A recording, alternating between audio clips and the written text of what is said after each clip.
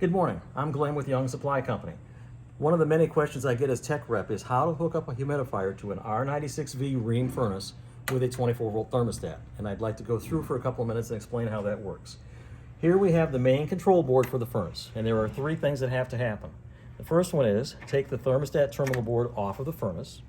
And if you notice on my thermostat terminals, there is an R terminal and one labeled HUM.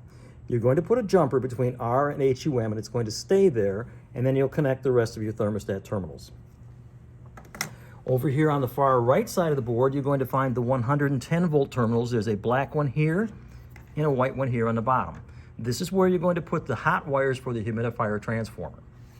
Down on the very bottom of the board, there are two terminals labeled HUM underneath these terminals on the board, and they are a dry set of contacts. There is not a terminal pushing 110 out of this board because it's a communicating board. It is a dry set of contacts.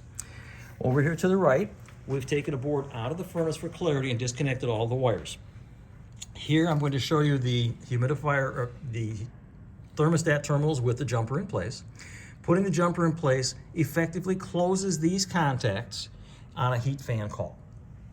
Here are my 110 volt contact wires for the transformer, and here's my transformer.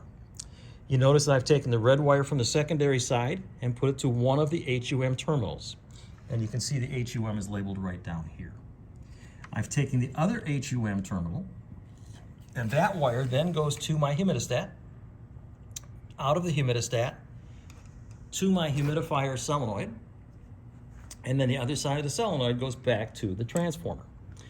I've separated these wires and not used a two-wire just for clarity purposes.